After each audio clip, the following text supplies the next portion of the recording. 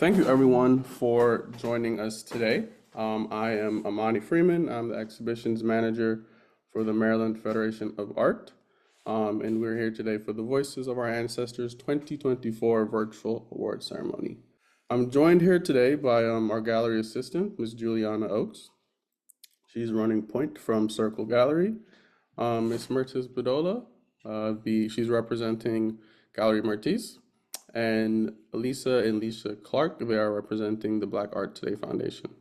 So Ms. Bedola is the owner and founding director of Gallery Mertis, an emerging blue chip gallery and art advisory specializing in 20th and 21st century American art, with a focus on work created by African American artists.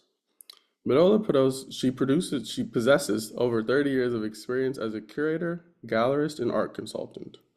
Established in 2003, the mission of her gallery was to utilize visual arts and raise awareness for artists who deserve recognition for their contributions in artistically portraying our cultural, social, historical, and political landscapes, and to recognize art movements that paved the way for freedom of artistic expression. Ms. Bedola has recently gained national press in the New York Times article, Black Gallerists Press Forward Despite a Market That Holds Them Back, in June 2020. And she also authored Why My Blackness Is Not a Threat to Your Whiteness in Cultured Magazine in July 2020. Past coverage also includes being voted Best Gallery by the Baltimore Sun in 2017, Black Art in the Spotlight, Baltimore Magazine, September 2018, Living with Art, Mertis Bedola Builds a Home and Gallery in Old Goucher, Be More Art, Issue 3, Women in the Arts, which honored women at the helm of the Baltimore art scene, by the Baltimore Style magazine in October 2013. She holds a Bachelor of Science degree in Business Administration from the University of Maryland University College. She received her curatorial training at the Maryland Institute College of Art in Baltimore, Maryland, and has earned online certificates in cultural theory for curators and curatorial procedures from the Node Center for Curatorial Studies in Berlin, Germany. Hello, everyone. Amani, thank you for having me. It's really an honor to be a part of this process. It's such an important exhibition and exploration of our ancestral heritage and traditions. So as the juror for Voices of Our Ancestors exhibition, I was deeply moved by the array of artworks that encapsulated the profound tapestry of human existence. Each piece selected for this exhibition masterfully delves into the multifaceted journey of our forebears, highlighting themes of family traditions, migration, religious practices, and the preservation of cultural heritage. The works serve as a poignant reminder that our ancestors have bequeathed us more than just physical traits. They have imparted invaluable wisdom and traditions that continue to shape our identities and worldviews. The stories of hardship and prosperity, failure and success serve as guiding beacons, illuminating our path forward. In collaboration with the Maryland Federation of Art and Black Art Today Foundation, this exhibition not only celebrates the artistic prowess of the participating artists, but also serves as a testament to the resilience and enduring spirit of our ancestors. Through the artists' creative endeavors, they give voice to untold stories and profound legacies that continue to reverberate through time. Thank you. That was lovely. Thank you so much for the words. Black Art Today Foundation was born in 2018 with a mission to amplify the voices of Black artists. Black Art Today began by capturing their stories and journeys. Fueled by the vibrant pulse of African American culture and literature, visual arts, and performance, they became a platform for celebration, understanding, and connection. But in 2022, their vision evolved. Recognizing the need for a deeper impact, they transformed into the Black Art Today Foundation, a nonprofit arts advocacy organization. They now channel their passion into empowering artists, amplifying their voices, and advocating for equitable access and representation in the arts. Today, the Black Art Today Foundation is a beacon of creative empowerment and social change. They champion artistic excellence, nurture talent through grants and membership, and connect diverse audiences with the transformative power of Black art. Through exhibitions, conversations, and community engagement, they build bridges of understanding and foster a world where Black art thrives. Black Art Today, where stories ignite action, creativity inspires justice, and the future of art shines with inclusivity and empowerment. Good afternoon, everyone. I am Lisa Clark, the co-curator from the Black Art Today Foundation, as well as the Chief Operating Officer for the Black Art Today Foundation. I would just like to echo what was previously stated by the co-juror and the breadth and the depth of the artwork that's in this particular exhibit speaks volumes about the talent and creativity of the artists that we all have talent. And just to appreciate all of the artists for them taking the theme of the exhibit to heart when they were creating or when they decided to submit their artwork, because it is reflective throughout all the pieces in the exhibit. Well, thank you so much. We're actually going to start with one of your pieces to give comment on for our award selections. So the first piece is Man Muted by Keona Clark. We selected this piece. This piece is one of our honorable mentions, and we used four criteria to determine what would be as a honorable mention or an actual prize-winning piece. And it was based on art's merit, originality and creativity, cohesiveness with the theme, and impact and engagement. And when viewing this particular piece, we see all of those elements there. But the thing that struck us most about this piece, it was the impact and its engagement. I think the glare or the stare of the subject in the piece was the thing that drew our attention, and that it being such a strong piece. And it also is a representation of how our ancestors as African Americans and Blacks thrived even among adversity. This person, she meant that she was able to buy her freedom, and she proudly wears her freedom and walks with confidence and stands in confidence in her freedom, in her choice, in her ability. So that was why we selected this piece as an honorable mention. All right, feel free to comment on Jane Bentley Gaskin's piece, Don't Let Our Confidence Threaten You.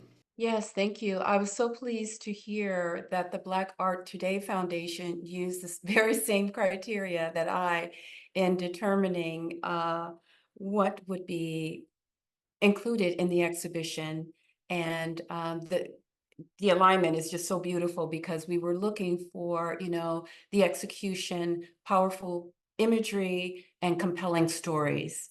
I selected this piece for its title, which also plays a role in understanding the work, because as jurors, we were selecting it, at least on my end, anonymously and without an artist's statement. So we were sort of left to our own impression of the work, how it resonated with us visually, and what inspired the creation of the piece, and how that aligned with the theme of the exhibition.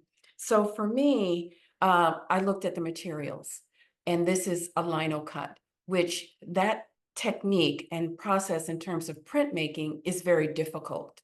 And so here I see the mastery of that.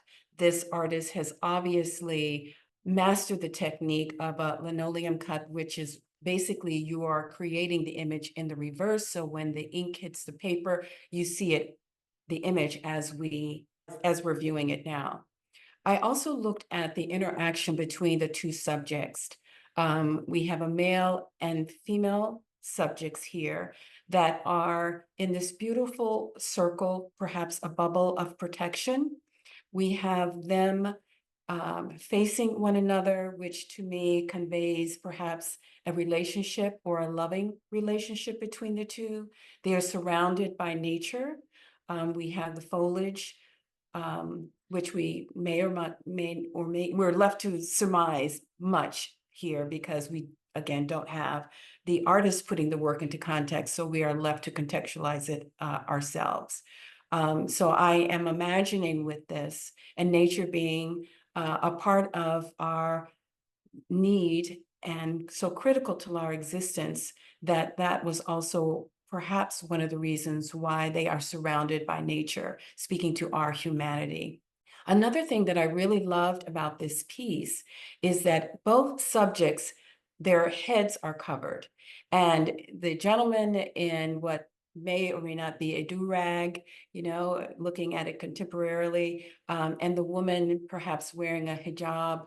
And so in many religious and cultural practices, keeping the head covered is a way of protecting the soul. So I also saw that, at least for me, in this piece. And that's one of the reasons why I selected as an honorable mention. And this piece is by artist James Murphy Jr. It's the strength in the subject for me. And it has a lot of ancestral symbology throughout the piece.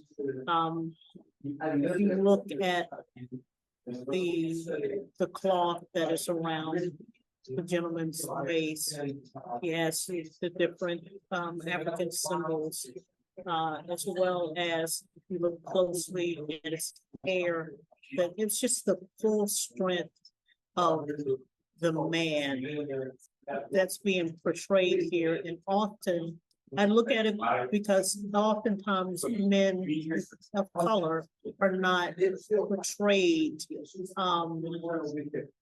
positively. And I believe in this piece, not only is it a positive reflection, every time I see this piece, it stops me in my tracks. And I have to just look deeper into it.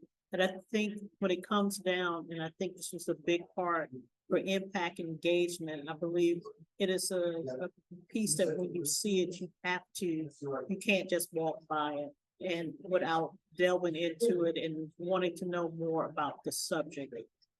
And this is why we selected this piece also as an honorable mention.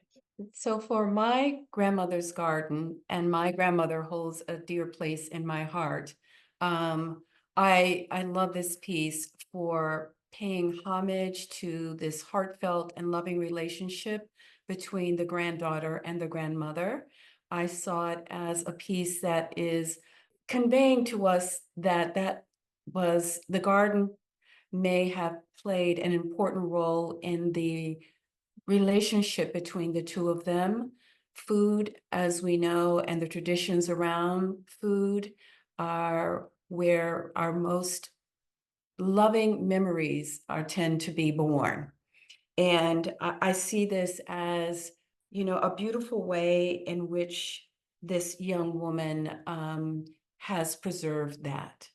And she's talking about the resilience and the wisdom that our ancestors passed down to us in terms of how we should nurture ourselves, take care of ourselves. She's growing what appears to be, greens, which for African Americans, that's been something that came through the way of slavery and a tradition of taking good care of ourselves. It's one of those green plants or vegetables that has nourished us from generation to generation. It is centered around our family gatherings at holidays. So her holding that green leaf, perhaps a collard green in her hand, is saying to us that this is a tradition that was passed down to me. And this is the way in which I'm preserving what my grandmother has gifted me with.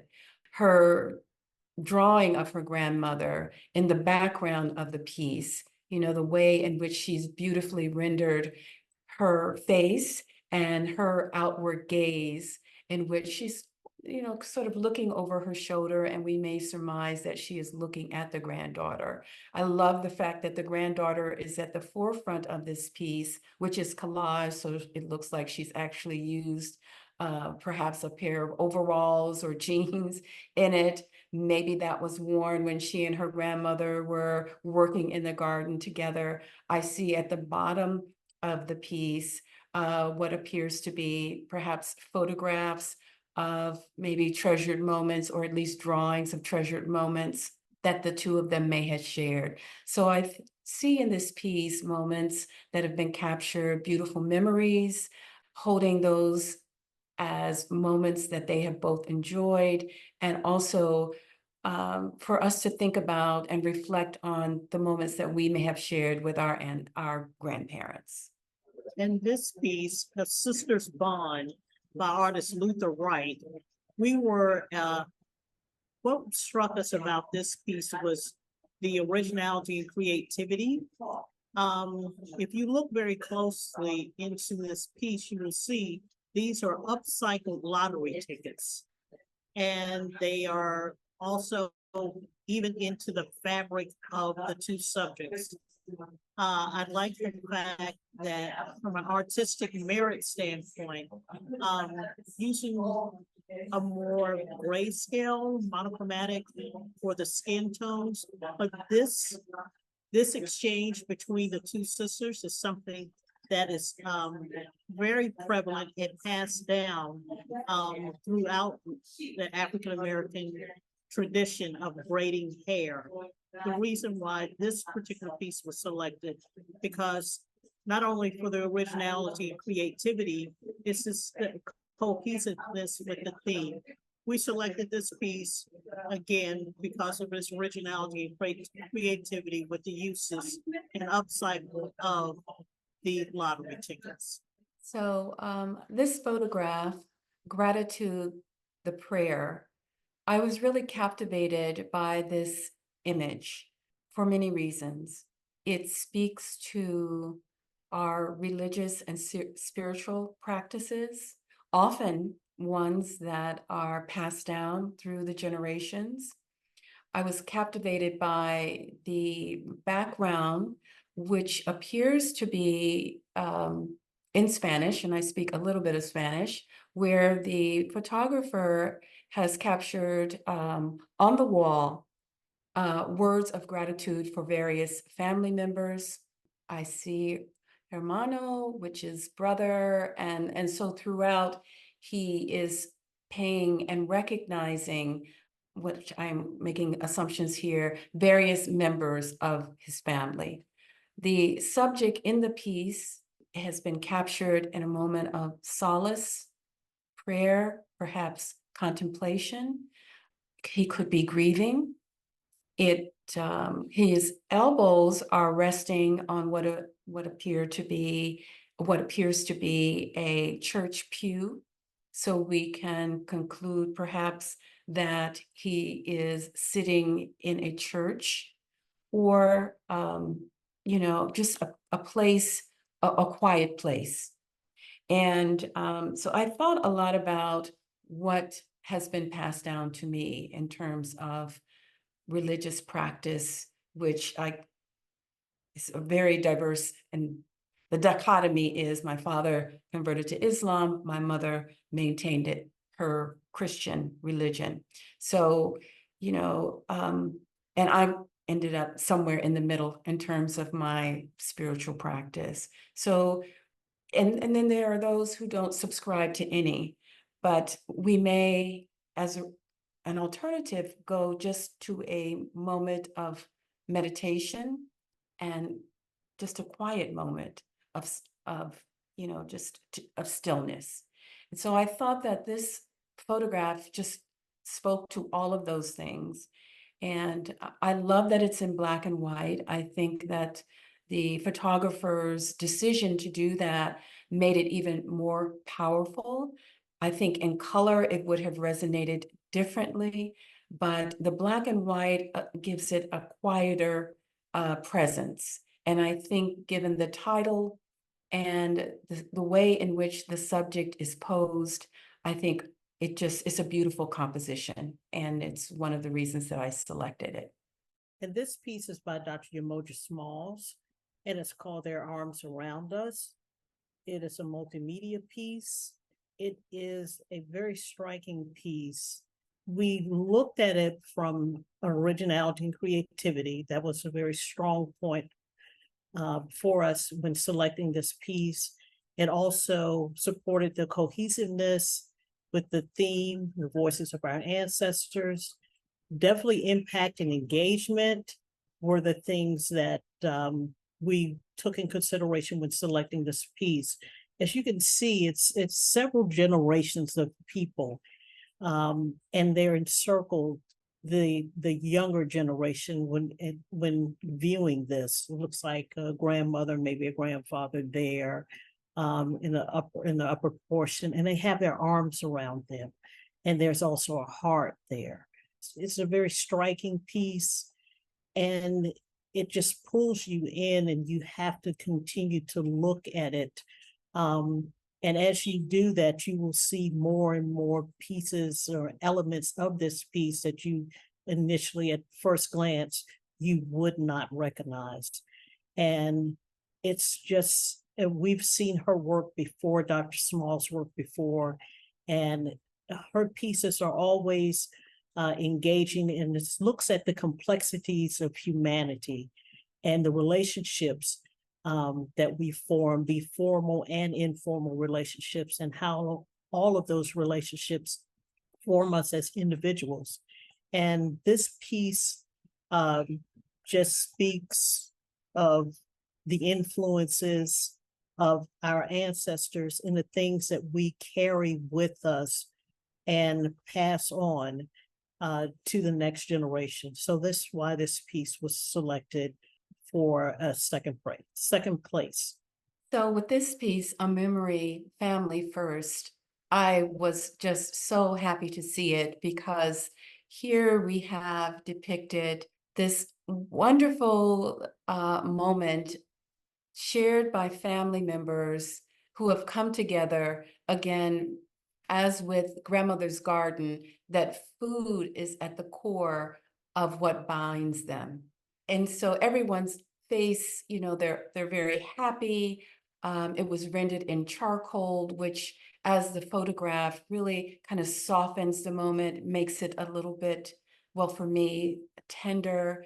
I see the name at the bottom of the table, a park. I can't really make out the name of the park, but what that conveys is that they're outdoors in a park area, not at home, but so there's probably a lot of greenery around them.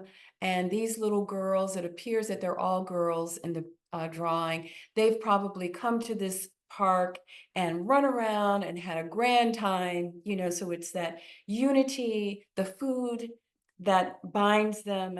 And it's a scene, I think, that most all of us have shared, those moments where we come together for those family gatherings that are joyous and just having fun. So I thought that the artist hand in rendering this piece in charcoal and the way in which it was done was just absolutely brilliant.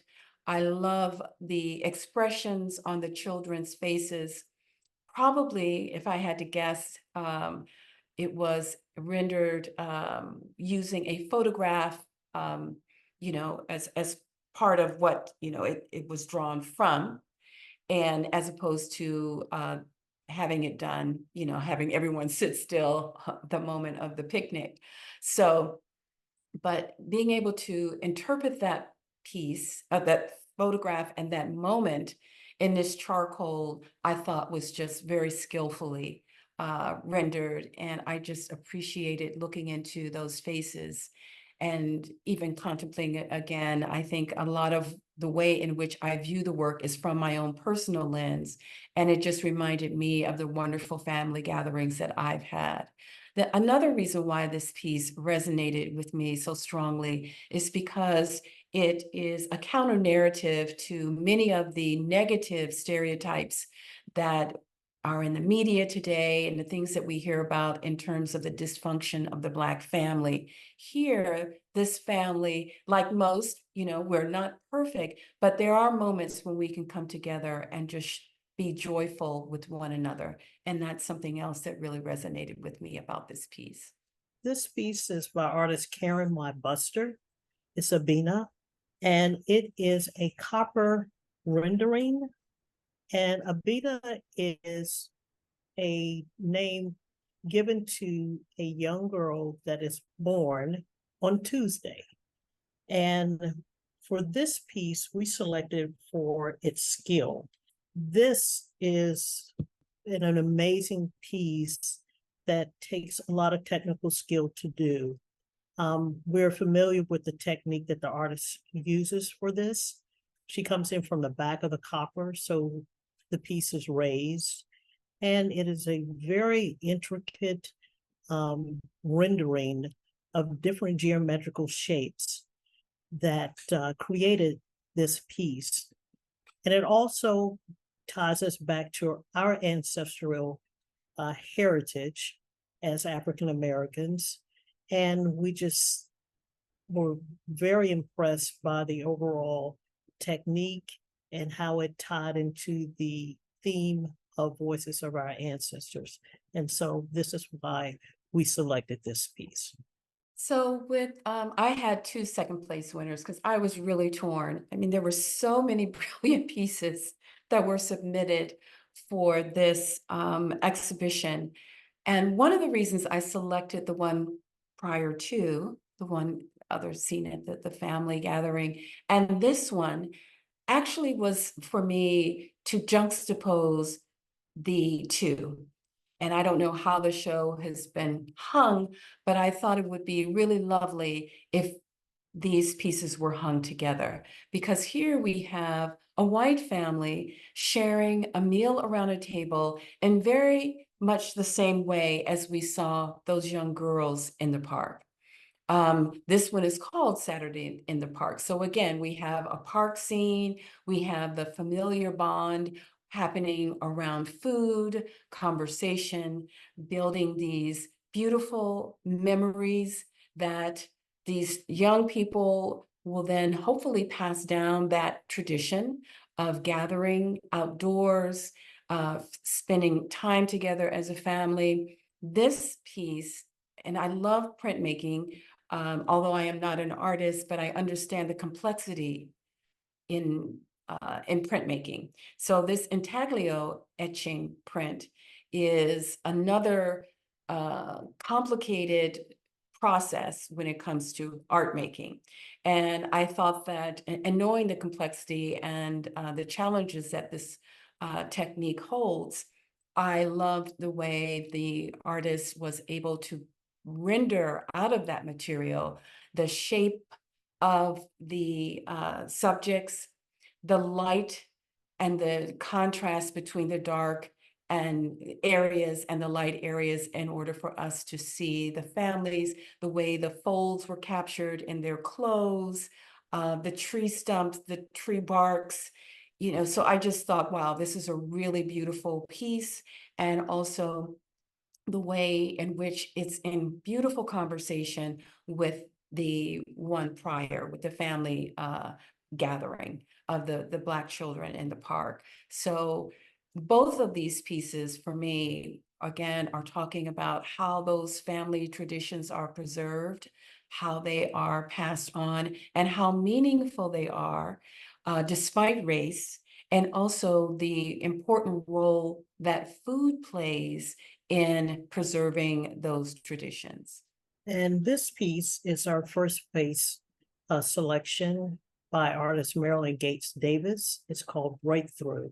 From an artistic perspective, we just were stopped in our tracks, but it's the composition of the piece. And I did have the opportunity to speak to the artist once we made the selection, because I wanted to know more. I had my own interpretation of what I thought it meant, but I wanted to get it directly from the artist and have a better understanding. And I wasn't too far off, but it ties back to her relationship with her ancestors. As she said, she grew up hearing trouble on every side. So as you see, this child is surrounded by dark clouds on both sides. She was saying, regardless of whatever the horrible trial or situation, and she ties it back to her religious beliefs and upbringing from her family, eventually it would come down to it too will come to pass, which is her reminder to the world that challenges are temporary and that brighter days are ahead. And again, it goes back to the imagery of the dark clouds and the eventual break with a bird symbolizing the solution, captures the essence of hope and resilience. And it's important, which the thing that she's trying to convey here in this piece is maintaining an open mind, being fearless, and that the bravery of a child helps us navigate through these tough times and reach the other side stronger. When I read that, it just solidified. It was more of an affirmation of why we found this piece just to be so striking and just powerful. I think the use of light, she did an excellent job with the use of lights. In all categories, with this piece, we determined that it met all of the criteria. And it was the strongest of the pieces that were submitted, but the message in and of itself was the thing that made this piece the first place selection for us. So in Nana's survival, this piece for me was really exceptional and extraordinary for many reasons. I love its three-dimensionality. The fact that she, the artist, preserved the mannequin that her grandmother used as the substrate for preserving the tradition that she had passed down to her. So I'm going to read from what I wrote about this piece, because there's so many different elements and materials that were incorporated into its making that I wanted to comment a little bit on each of those elements. So I saw this piece as a poignant tribute to personal history and cultural preservation. The collage artwork utilizes a vintage mannequin adorned with Hebrew and Russian newspaper clippings and a delicate overlay of netting with transferred family photos. So she's taken these elements and created this part of the material culture, I think was also very poignant to me. Embodies a visceral connection to the past. And again, we're looking at the voices of our ancestors. So a direct correlation to the past history of her family. The inclusion of the artist's grandmother's tape measure as a touch of intimacy and continuity, symbolizing the measures of love, hardship, and resilience that stitch the fabric of family history together.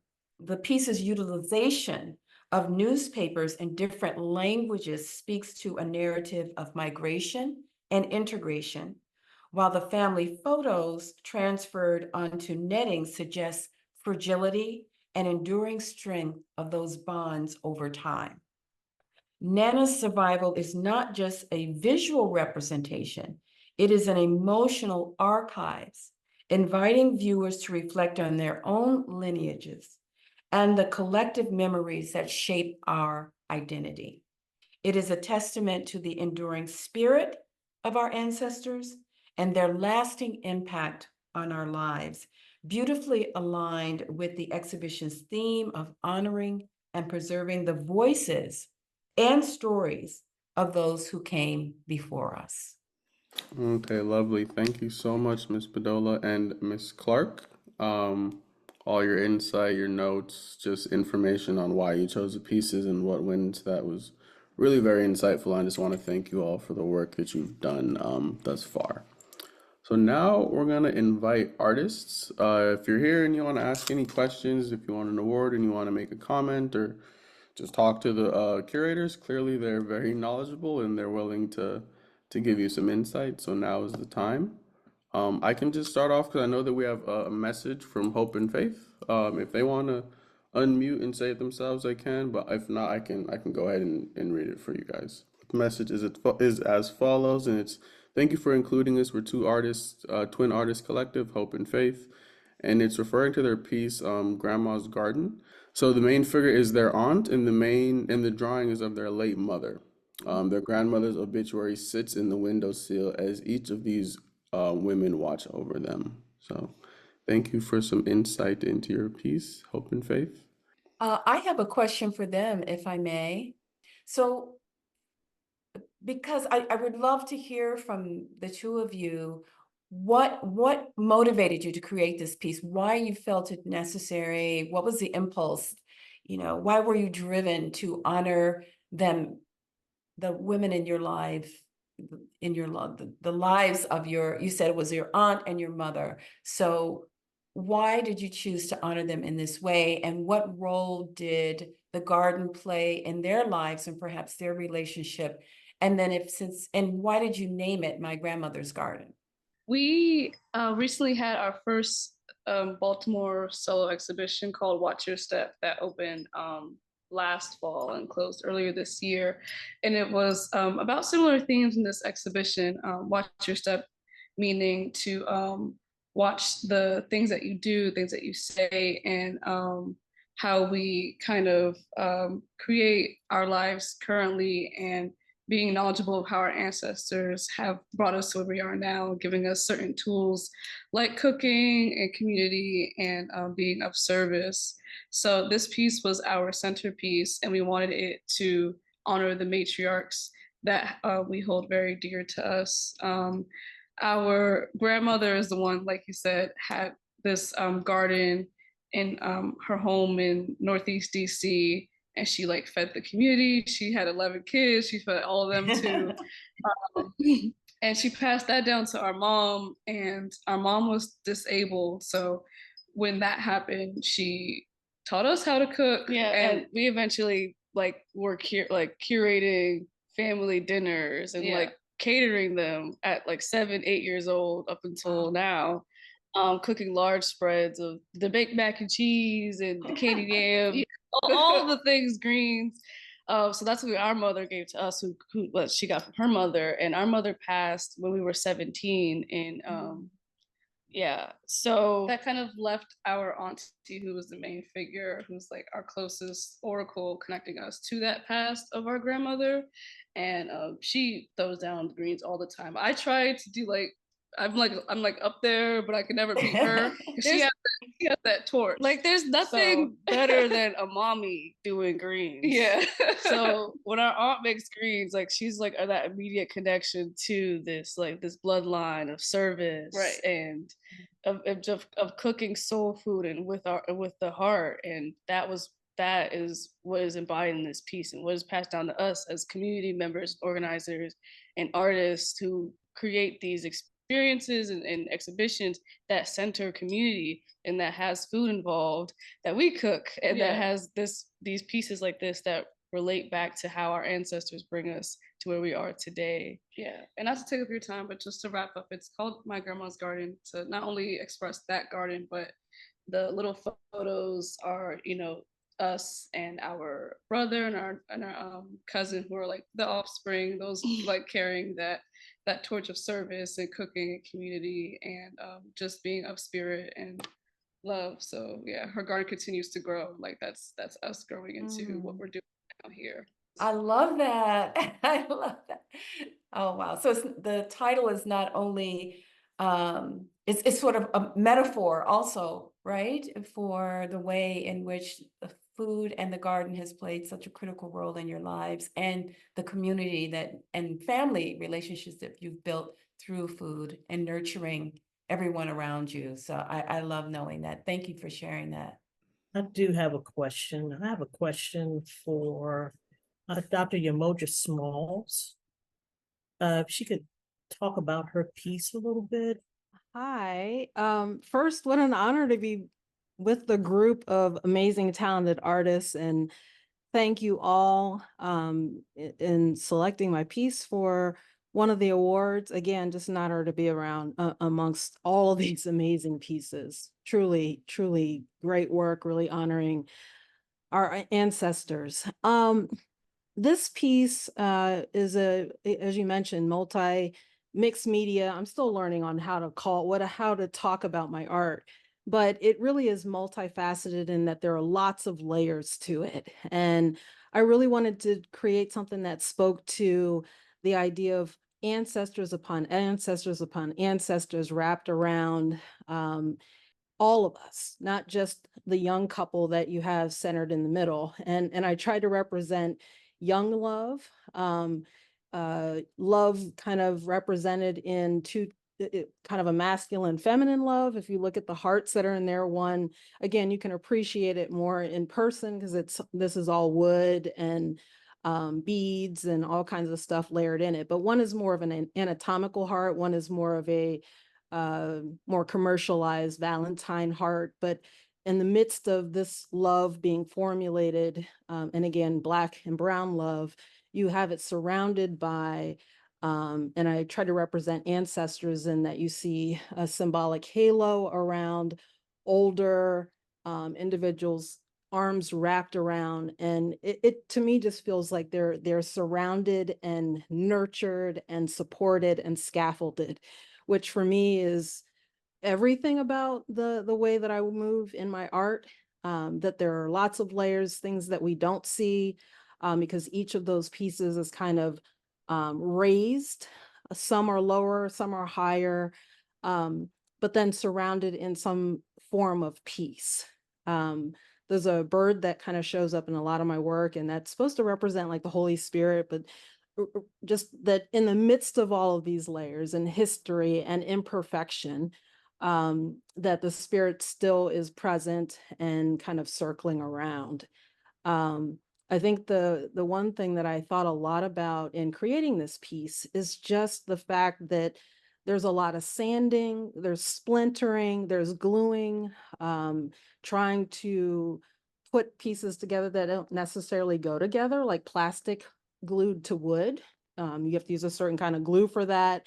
And there's a stumbling through that to me kind of speaks to our ancestors and what they've started with and what we build upon and what we pull back into to make this thing called life work. And, I think the one thing I'm trying to represent in the work is the imperfection in that.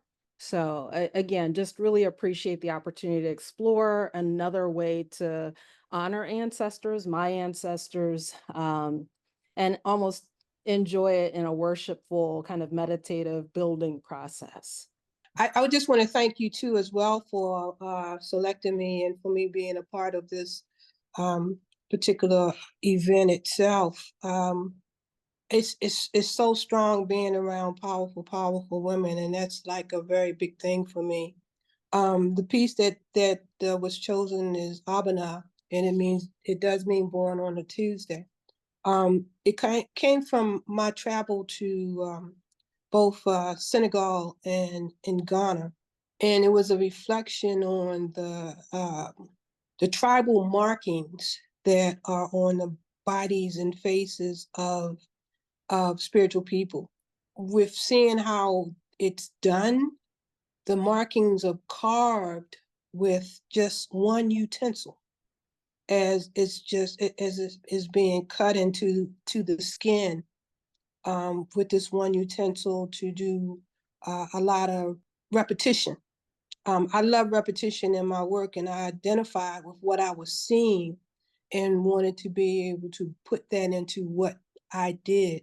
So Abana was a piece that and that I worked on, and to work in copper, it gave me a different kind of feel because I work from the reverse, and to for the image to come on the other side. So I have to physically feel my way through the work, if that makes a lot of sense. And as I was watching, I had an opportunity to see someone have their carving in their face.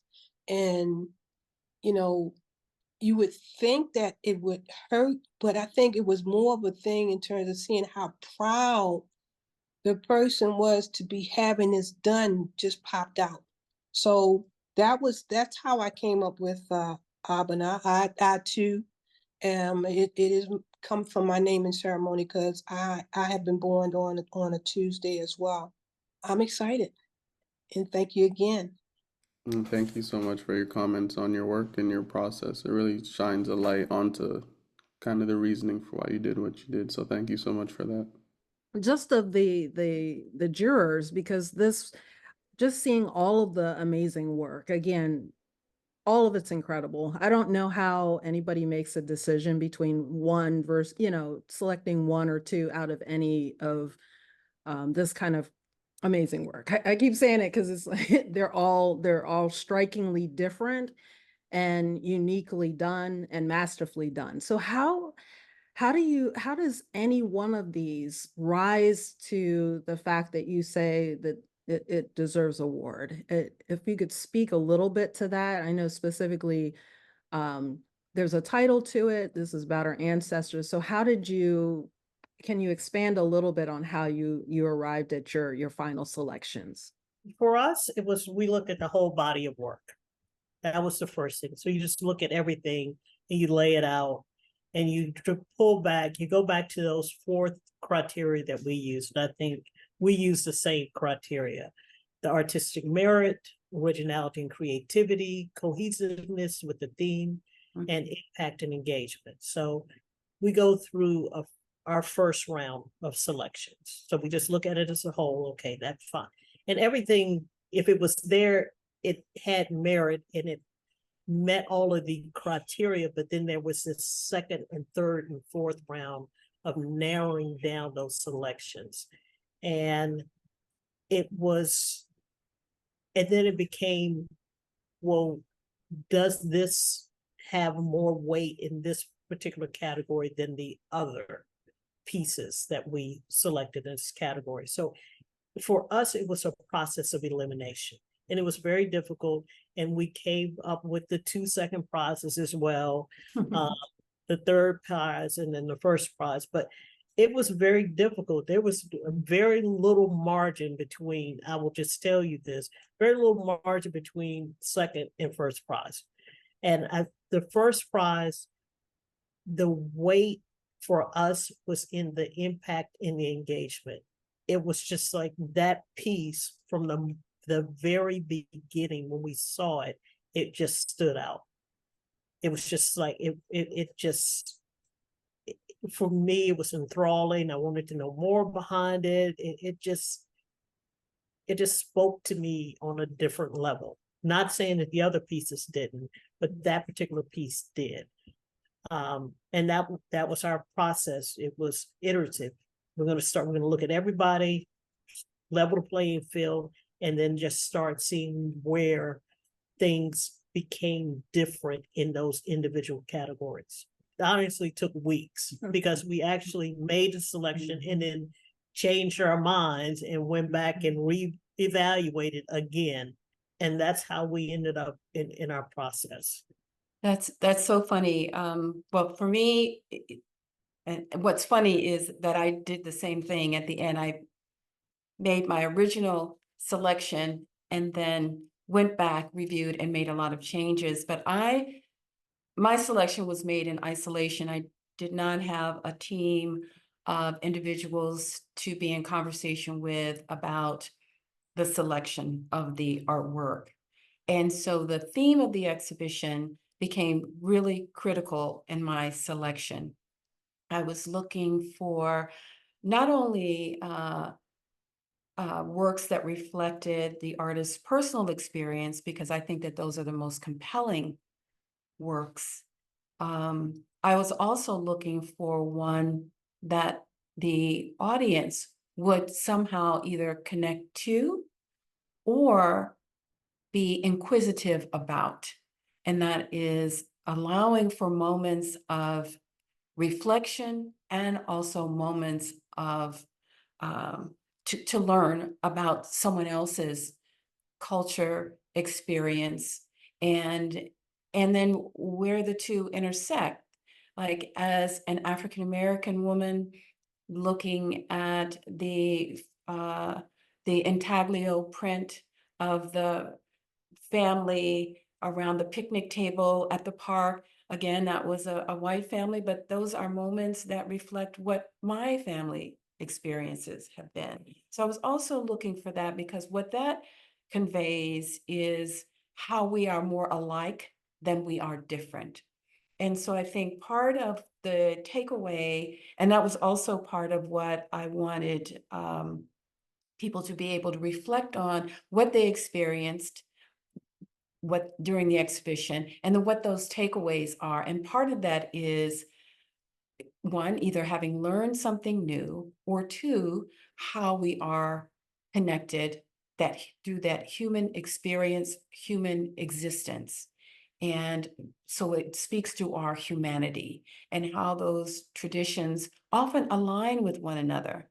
And so I think that that was part of it. I was looking for imagery that was very compelling. And in terms of, even though I'm not curating the exhibition, I took the approach as a curator, like looking for works where there is, I'm looking for continuity. Another example is the white family sitting around the picnic table and the Black children sitting around the picnic table. How those two images reflect one another. Hopefully there'll be a juxtaposition of those in the exhibition space itself, how they're hung, looking for, a continuity, how the works, how when all of these works come together, they're telling that one story about the voices of our ancestors, and that story being told through the experiences of people from very different cultural and heritage backgrounds. So that's part of how I approached my selection as well. Well, thank you so much for even posing the question, Ms. Smalls. I think that really just both our jurors did a really good job of just bringing clarity to their selections and their thought processes through that. So I appreciate you even posing the question. Well, thank you all for selecting me. Yeah, this piece here, I did, I think that was about a year ago, or maybe at the beginning of this year, but it was based on some challenges that I was going through and a couple of people that I know was going through. And I was trying to think of a way to illustrate just how to illustrate challenges and how to convey that and in a way. And the first thing that came to mind was clouds. And I wanted to have, and sometimes it feels like challenges and different struggles in your life, it surrounds you. And that's why I wanted to have those dark clouds surrounding you. But I wanted to have a break in those clouds, and in the break, have a solution. And that solution came in the form of a bird. And that's what this piece to illustrate. And I used a child in the piece to illustrate the way that we should view life sometimes and be a little bit innocent and open-minded in the way that we receive things, because sometimes the solution doesn't come in the way that we always want it to come in. And we should see and view things in a childlike manner and be open to it and be ready to receive what is open and comes to us. And that's what I tried to convey in this one piece here. And I really appreciate everyone enjoying it or seeing something in there that I conveyed in it. Well, thank you so much for your comments and insight into your piece. It's always nice to hear from the artist's perspective, especially when someone else notices different things in a work. So thank you again for. And thank you. I think today was very lovely. I appreciate all of you, from the artists to the curators, for joining in. On behalf of the MFA, I just want to thank Ms. Bedolla and Ms. Clark and just the Black Art Today Foundation as a whole. One of our very special board members that actually is very important to why this exhibition happened is here, Mr. Petronzio, Emil Petronzio. If you want to just say some words, Mr. Petronzio. As an artist in the show, I'm really thrilled to be included. But as the show chair and vice president for programming, I just share that when we when the exhibition committee brainstormed this theme for the show, there was some concern about whether folks would be able to connect with it and work with that for their submissions. But I am just blown away by how the artists in this show not only stepped up to the plate, but they hit the ball out of the ballpark.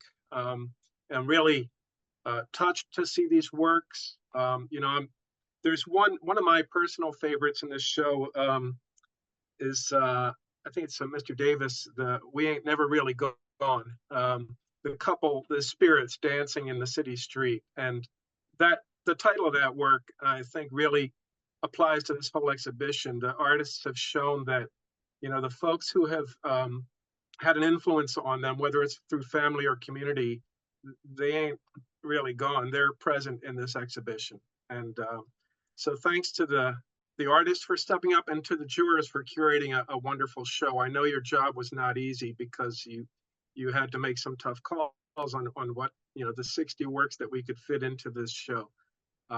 So I hope to see the artists at the reception on the 27th, and so that we can hear more about each of these pieces, because there are such fascinating stories behind each of the works that we heard about today.